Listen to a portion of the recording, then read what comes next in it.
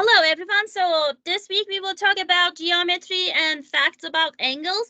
And this will help you about the equation. And this is actually a first lesson for algebra 2. It is really helpful to solve one-step equations, two-step equations with the angles because angles have definite rules, and it will help you how to solve these. When you forget about how to solve an equation, if you just check the angle rules, you can solve those really easily. I actually have really good two videos. Today, I will first in this video I will edit in a video that I am explaining the definitions for you. Then I will put an additional video of me solving by using those facts, and that will help you a lot because it will be the practice opportunity. But it is extra. This definition video is mandatory. You should watch it in order to solve your problems. It will be so easy. Angles are so easy, so fun. It's like a puzzle. You all can do it. Let's start our video now. Hello, so welcome to this week's lesson, and in this lesson we will learn how to label angles and why it is important, and define adjacent angles, corresponding angles, vertical angles, transversal, and parallel lines. Then in the second video I will show you how to solve simple equations with the angles, and I will also give you X, Z, and C shortcuts while solving the videos. So let's just first define angle. Angle is two rays when they connect with somehow, and then this in the middle, this can be an angle. This is also an angle, and this is also an angle, and this is also an angle. So all of these are happening from the same rays. So for instance, this one is CD ray, and then this one is AB ray, and this middle spot is G. So then I'm looking at it. That means if the order is not important, then I can say CGB is the same measure with CGA or something like that. But I know that the order is important because though all these angles are different angles, but these ones that are opposite to each other are same. Just like this one and this one same. So I will use these kind of things. So you will see when I'm using angles, I can say one, this means these two are equal, okay? Or if I, in a triangle, like in the next class, if I say this one with the double thing and then this one are equal, whatever the shape, you don't care, these angles are equal, okay? Congruent. And then what kind of other shapes I can use? I can use single line, double line, like this. I can even use triple line. Who cares? I can use this. So you basically will understand it. If I mark this angle with one type, if you are seeing the second one the same way, then yes, they are congruent. Well, miss, what is congruent? We will use congruent so much in this geometry. Congruent means same size, same shape. They are important. If they are not, we don't use equal because equal, yes, the measure of the angles are equal, but this is for numbers usually, not shapes. Okay, so equal represent more for numbers, and congruent is for our geometry. So keep that in mind. And then I said, like, okay, I was talking about the how to write these thing. So I will have a mark. This is an angle mark. Okay. In some other places, sources, countries, the angle sign could be like this too, and it is all same.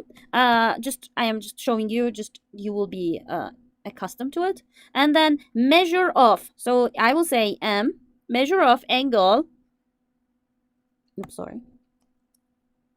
This is measure of angle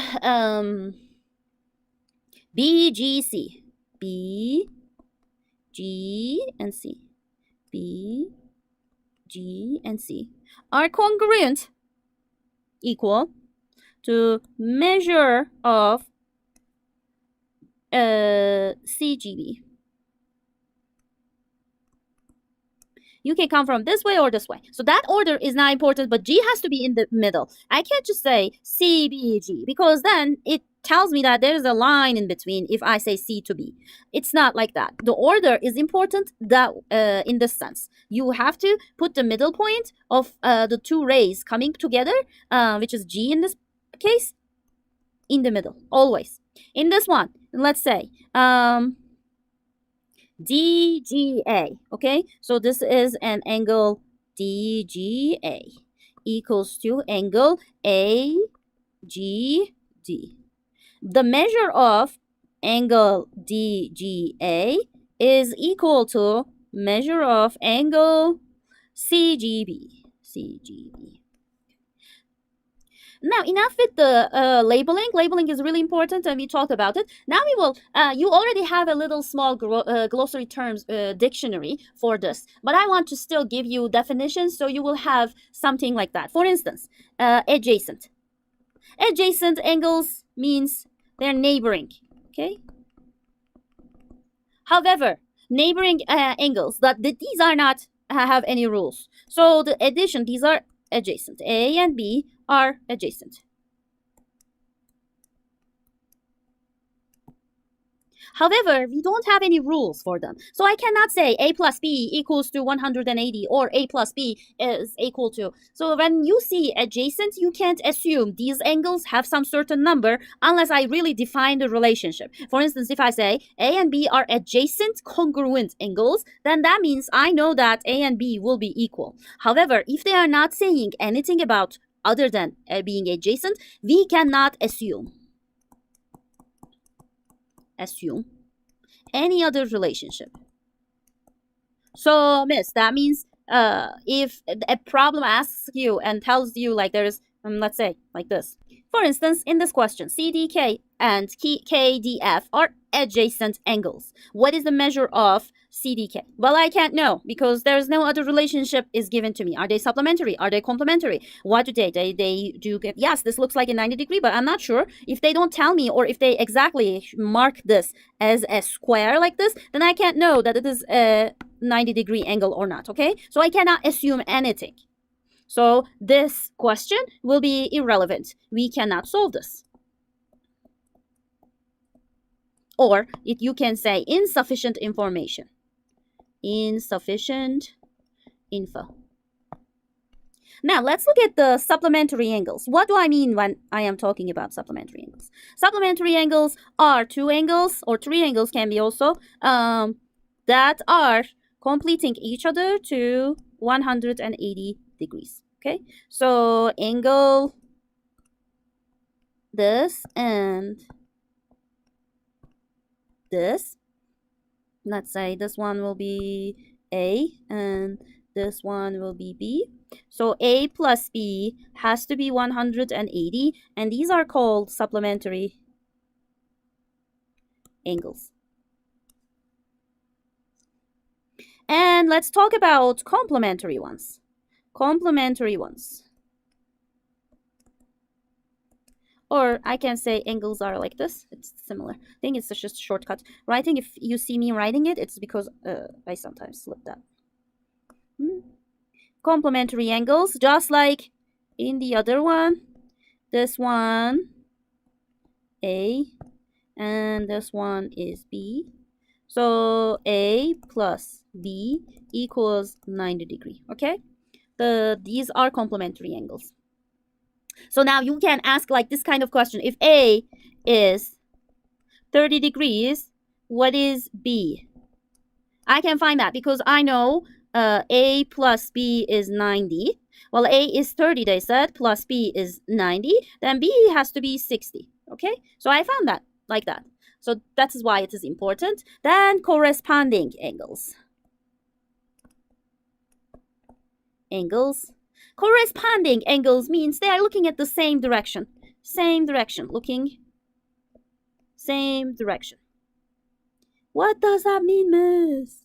So if I have two parallel lines, this line is called transversal. Okay, and so these, look, this D and A are looking at the same direction, this way. this way. Okay, so A and measure of A,